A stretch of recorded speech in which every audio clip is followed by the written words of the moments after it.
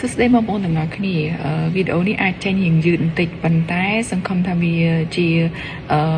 រឿងមួយដែលអាចនិយាយដែលមិនថាយឺតពេកទៅចុះគ្រាន់តែចង់និយាយថាតាក់ទងជាមួយនឹងប្រហែលថ្ងៃមុនដែលមានរឿងរ៉ាវការបង្ខំឲ្យកូនរៀបការជាមួយមនុស្សដែលគាត់មិនស្រឡាញ់អញ្ចឹងទៅហើយក៏មានការមតិខ្លះក៏លើកឡើងឆ្លើយតបបន្ទោសទៅដល់ឪពុកម្ដាយថាមកពីឪពុកម្ដាយអញ្ចឹងមួយចូលពីមិនស្រឡាញ់កូនស្រឡាញ់តែទ្របអីណាមួយសម្លឹងឃើញអ្នកមានអញ្ចឹងមួយចូលពីបំបីកូនអីចឹងណាទើបធ្វើឲ្យកូននឹងសម្រេចចិត្តបញ្ចប់ជីវិតអញ្ចឹងមួយចូលពីអញ្ចឹងទៅអញ្ចឹងការលើកឡើងមិនសុទ្ធតែខុសទេគេមិនខុសឲ្យគំនិតអ្នកណាម្នាក់ក៏ដោយក៏មិនខុសដែរប៉ុន្តែគ្រាន់តែថាយើងគួរតែគិតពីអ្វីដែលល្អៗឲ្យបានច្រើនជាងហើយខ្ញុំជឿជាក់ថាក៏មិនមានឪពុកម្ដាយណាចង់ឲ្យកូនពិបាកដែរនៅពេលដែលយើងខ្លាចទៅជាឪពុកម្ដាយគេបានយើងនឹងថាជាឪពុកម្ដាយម្នាក់យើងមានការខ្លាចសពខ្លាចគ្រប់តែម្ដងខ្លាចបំផុតនោះគឺយើងខ្លាចកូនរកអត់បានមនុស្សល្អមកនៅជាមួយហើយខ្លាចបំផុតនោះគឺខ្លាចកូនគាត់រស់នៅក្នុងជីវភាពមួយដែល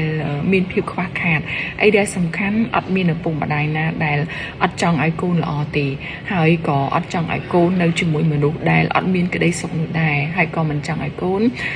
នៅជាមួយនឹងភាពពិបាកដោយសារតែឪពុកម្ដាយខ្លះគាត់ធ្លាប់ឆ្លងកាត់ការពិបាកច្រើនដោយសារតែគាត់ចាប់ដៃគ្នាពីបាតដៃទៅទេអញ្ចឹងណាហើយពេលខ្លះអ្នកដែលចាប់ដៃគ្នាពីបាតដៃទៅទេគាត់មិនមានបទពិសោធន៍ពេលខ្លះគាត់ដាច់លុយពេលខ្លះដាច់អង្គពេលខ្លះដាច់ស្បៀងយើងទៅហើយពេលខ្លះដល់ពេលមានកូនណាដាច់លុយទាំងទិញទៅដោះគោកូនទៀតអញ្ចឹងវាពិបាកមែនតើហើយបើមនុស្សពីរអ្នកស្រឡាញ់គ្នាស្មោះនឹងគ្នាគឺគាត់អាចតស៊ូបាននៅពេលដែលអត់ឃ្លានអញ្ចឹងគឺគាត់នៅតែស្មោះនឹងគ្នាបានក៏ប៉ុន្តែបើសិនមកអត់ទេអញ្ចឹងកូនគាត់ថ្ងៃក្រោយកូនស្រីគាត់បាក់សម្រស់លុយក៏អត់មានអញ្ចឹងគ្រួសារក៏វាលែងតែមកហែមជាមួយគ្នាហើយទើបឪពុកម្ដាយខ្លះហ្នឹងគាត់ចេះតែខ្លាចទៅលើរឿងហ្នឹងគំនិតមួយដែលអាត្មានិយមក៏ប៉ុន្តែអត់មានណាគេបានចាប់អារម្មណ៍ពីព្រោះអីអត់ហ៊ាននិយាយបើនិយាយបានគឺខ្លាចគេរិះគន់គឺចំណុចថាបើរៀបការជាមួយនឹងមនុស្សដែលធូរធារមានចំណេះដឹងបើទោះបីជាចរិតអត់បានចុងក្រោយក៏គាត់សល់ទ្រព្យសល់ផ្ទះខ្លះបន្ទាប់ពីការលែងលះគ្នាអញ្ចឹងវាអត់ពិបាកទៅលើរឿងហិរញ្ញវត្ថុម្ដាយឪពុកខ្លះគឺគាត់គិតវែងឆ្ងាយអីដែលសំខាន់គឺធ្ងន់ជាងគេនេះគឺគាត់គិតទៅលើជីវភាពរបស់កូនពីព្រោះអីក្រោយរៀបការបន្ទាប់ពីរៀបការរួចគឺគេលែងនិយាយពីរឿងថាអូនស្រឡាញ់បងអូនគេនៅរាត្រីសួស្ដីក្មេងតូចអីនឹងទៀតដែរក៏ប៉ុន្តែដែលសំខាន់គឺគេនិយាយរឿងថាចាប់ដៃគ្នាហើយធ្វើមិនឲ្យថ្ងៃស្អែកហ្នឹងណាវាប្រសើរជាងថ្ងៃហ្នឹងហើយមួយវិញទៀតធ្វើមិនឲ្យចាប់ដៃគ្នាហើយបន្សល់ទុកទ្រព្យទៅថ្ងៃក្រោយអញ្ចឹងពេលខ្លះយើងដឹងថា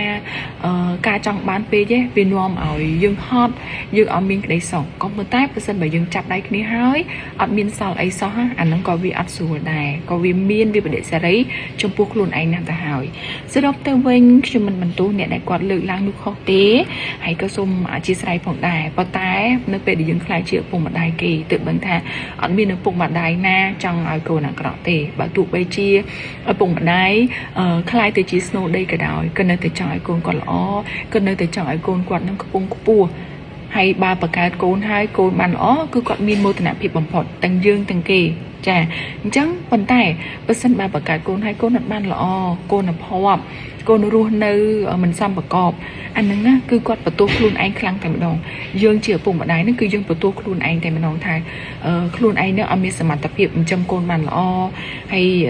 បើនិយាយចេះស្ដែងណាឪពុកម្ដាយខ្លះគាត់បន្ទោសកូនតែសបកក្រៅទីប៉ុន្តែក្នុងចិត្តនៅពេលដែលបន្ទោសកូនហើយនៅពេលដែលវាយកូនខ្លួនឯងហើយគឺឈឺក្នុងចិត្តខ្លាំងដោយសារអីពួកកូនគឺជាអ្នកបង្កើតកូនគឺជាក្រាស់សទៅទីស្អាតកូនទៅបែបណាគឺស្ថិតលើយើងអ្នកកាច់ចកោតចឹងឯងអញ្ចឹងអរគុណច្រើនបងប្អូនសម្រាប់ការស្ដាប់វីដេអូនេះបើសិនបើមានការខុសទាស់បងប្អូនអាចចូលរួមបញ្ចេញយោបល់នៅក្រោមវីដេអូបានអរគុណច្រើន